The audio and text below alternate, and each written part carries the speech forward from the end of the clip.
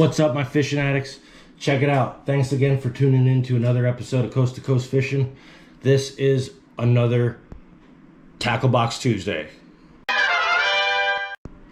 Alright, so check this one out. This is going to be some of the best tips that I've found. Pretty much the not so secret secrets that every fisherman should know or that should have told you. Alright, so let's just dive into it, right? First things first. For those of you that use conventional reels, no, this is not for illicit drug use or for whatever else you might use it for. It's just your run-of-the-mill surgical tubing. Get it. I just got it down the street for like $1.49 a foot. What you use this for is your conventional reel, okay? So I'm going to show you. Check it out. Actually, let me turn it this way. See up close? If you remember one of our last two videos or so, when we were at the pier, Junior showed you how to do it with some wadded up paper towel. So if you don't have some surgical tubing on hand, I just tie a little loop around it, right? And then what you do is you just go ahead and stick it like so. This way, when your thumb, oops, sorry about that, just kind of point the curve in, and then you hold the loop with your thumb. That way, when you cast it, you just let off, and the pressure from the surgical tubing, you just keep it real close. So as you can see, it kind of fits totally in the groove. That way, it stops you from backlashing, so you could really, really wing it without having to worry, okay? And that's one of the main things that stops people from getting far casts with either bait casters or conventional reels. All right, the next thing I have here is on the side. This is mainly for the Penn Rival 20 LW. This reel tends to have a lever that goes and slides forward when you're trying to cast, so it goes from free spool to retrieve, and y'all know that means you're going to lose some leaders and you're going to lose some weights. So that being said, easy way to do it, I just got some 550 cord, tied a little loop around it, so that way when I go to cast, just wrap it around, hold it down, no worries. All right, that's it for the conventionals. Besides that, well, actually one more thing. So when you got a conventional, I would always suggest when you're using braid period to have the same test braid strength as your same test mono, but have some mono backing. So put the mono on first, that way in case you're running low on line, once it attaches, it has a lot less tendency to slide around the spool. All right, next thing we got is for transportation. Got my rod, got it together, there's no case. All it is, easy peasy, 1, 2, 3,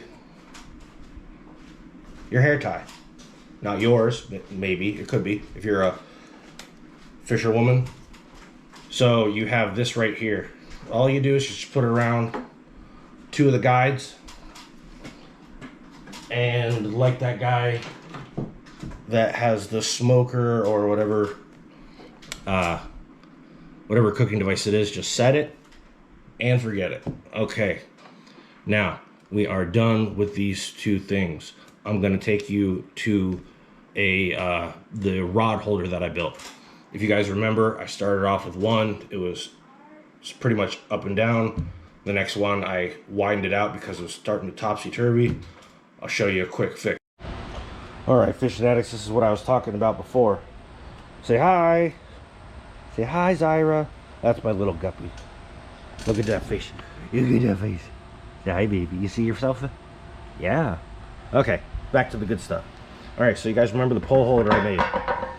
First one was up and down. The next one, I put a little more out. Well, the fish weren't always taking it, but I'll tell you what, because you've seen the videos, it also doubles as a umbrella holder. However, there is wind. Just $2, $3 hasp solves all your problems. Boom, done. All right, let's get after it. Okay, so you just saw that. It's pretty ingenious, don't get me wrong. Really easy fix, cost me $3. What I was going to show you before is this. What is it? Pen and paper. Like I said in my other videos when it was the bare bones edition, keep a fishing diary. A lot of people may say, oh, I don't need a fishing diary. I know where this is and when this is and blah, blah, blah. Okay. Well, if you're lucky enough to have a photographic memory, kudos to you, because I wish I did. I'll tell you what, there's a lot of things I wish I would have learned. But for those of us that don't, what this will do is you can do it, make a calendar, you can do whatever you want with it. But what I do is I've split mine up into pretty much the seasons, okay? So what I do is wherever I go, I have a different little calendar for that. I just keep track. I'm not writing an essay. I'm not going, trying to do a dissertation or whatever. Just real quick notes. This is the bait I used. This is what I caught. This is the time of year. If you really want to get into it, month and day, by all means. Because you got to remember, fish spawn. So they don't all spawn in the spring. Some have different, they have different seasons, just like they do when you can catch and keep them. Okay, so keep that in mind, and that will help you immensely. I promise you. If you just do it, try it again the next year, try it again a couple months later. This way you'll be able to see what species are where. This way you can also just bring whatever you want to bring to take those target species. This way you're not bringing your whole tackle box. Just grab a set of some top waters, and you grab some bait, some mullet, some shrimp or whatever. This way you know what you're looking for. Okay, and this will help you a lot when you know what's going to be there and when it's going to be there. All right, it's really that easy. It'll take 2 pages out of a book. Get a calendar, something like that, whatever you want to do. But as long as you know, you keep track of it. Bait, time of year ish, what you caught. There you go. Too easy. All right, next, let's get into this one. Okay, no, I'm not showing you the car, but this is the one that I was going to show you. Yet again, I am so forgetful. You can thank Al-Qaeda for that, getting blown up. So check this out. Right here, see that? It's a loop knot. This will save you a bunch of time, especially with braid, because you always got to double the knots in the braid with tying on leaders and hooks. There you go. That way all you got to do is take it up and go from there. And like I showed you before, that keeps that. All you gotta do is go from there and voila, place it in. Done. And this is a 2018 Ford Fusion, so just to let you all know, those are 10-foot rods. That is how much. Let me get out of the reflection. Got 4, 5 rods in there, all 10-footers. And I don't have to have it going back and forth from the front and falling all over the place. Those hair ties keep it like that, and then all I'm going to do is pop it off and hook up and ready to roll.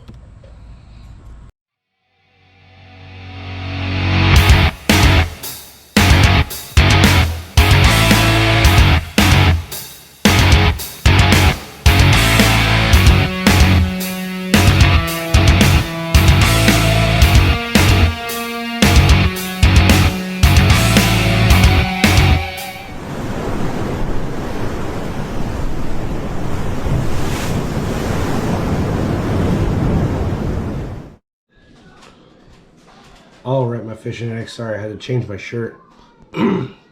Everybody's sick, and we had one of the babies projectile. So, that being said, let's get back to business. The last few tips I have, the not so secret secrets, are, if you watched one of my earlier videos, is to make sure that you, if you're using artificials, to make sure your lure or rig or whatever you have, whatever you call it, matches the watercolor. Light with light, clear water, dark with darker color water. The next is make sure you get, or better use gear that's appropriate. Either dial it down, dial it up. The main thing is to dial it in.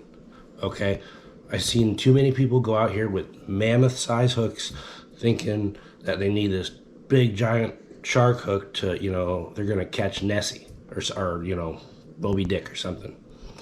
Next thing is be conscious of the tides and the currents, because with tide going in and tide going out, that's when it stirs a lot of the bait up. So when that happens is when a lot of the fish that you're going to see feeding, and that's prime time for when you want to go ahead and throw your bait in the mixture. Okay. One other thing is to to be humble. Okay. Be humble, because not everyone knows everything. This is just the stuff that works for me. Okay. This is what I've learned, and I've been around the world, fished all around the world thanks to the Army. So I've got to go to lots of places. I'm born in Florida, live in Texas, lived in Hawaii, lived in Missouri, lived in Kansas.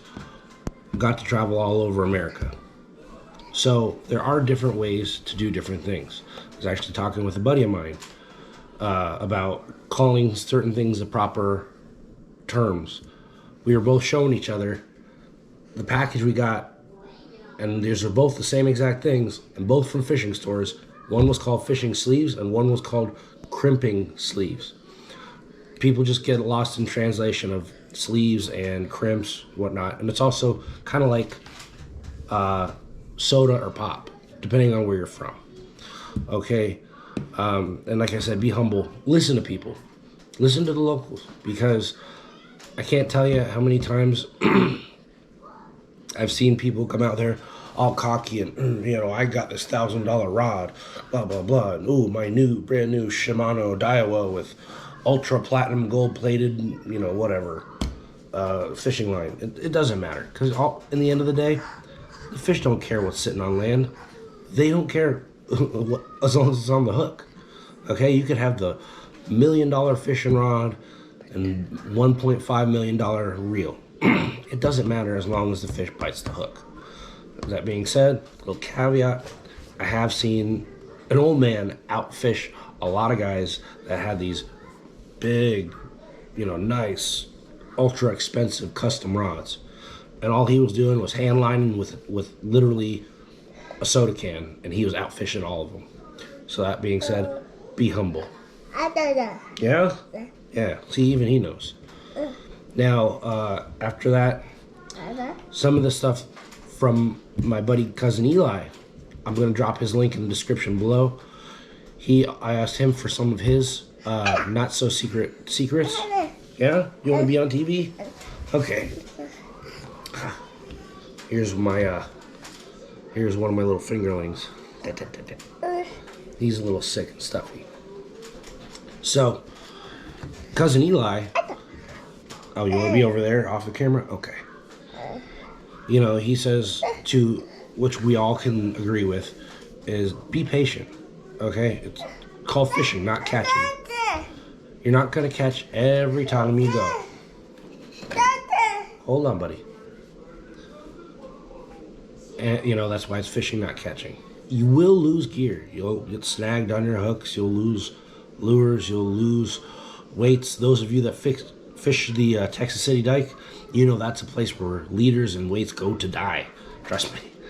All you know.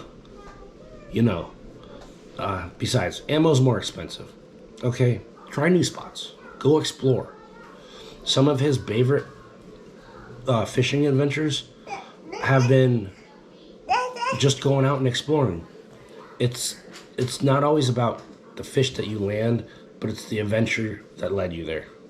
Because I'll tell you what, I've gone out with this little guy over here with the oldest boy, Junior, you guys see, and we have a great time fishing. Me and Dalton and Junior will go out, have a great time fishing. We might not, we might not land our biggest reds, but we're out there catching bait fish and having a good old time, playing pranks, which you guys already seen. Junior with the air horn. So, if you like that, definitely drop a comment on that. That was my last video. Yeah, you agree? Yeah, Jackson agrees. But keep that in mind, all right? And I already did one about the artificials, so I'm going to do one upcoming about proper rigging of natural baits, whether it's dead or whether it's live. Yeah, in a minute, buddy. So, that being said, come here, you. Come here. Say hi to everybody. Say hi. Yeah. All right. Okay. So I'm going to do another video on that because, believe it or not, there are different ways to rig natural bait that will give it a more lifelike presentation. And there's also special ways and different hooks you can use to rig up dead bait that will make it more effective. Yeah. And then, like I said before, be humble. Nobody knows everything. Have an open mind. Because you can think you're the best. There's always going to be somebody better than you. And everybody's different. That's the one thing I've learned throughout life. Everything's different no matter where you go. There's always going to be somebody better or worse than you. So be humble. Love life. Love what you do. Love fishing. Kids and parents alike, if you're listening to this, don't get them an Xbox. Get them a Tacklebox. That's what I say. All right? Trade box for box. Because you know what? That Tacklebox will last them a whole lot longer than an Xbox. And you'll be able to have a whole lot more adventures and memories with that. In the meantime, you all know what to do. Keep them lines tight and rods bent. We out.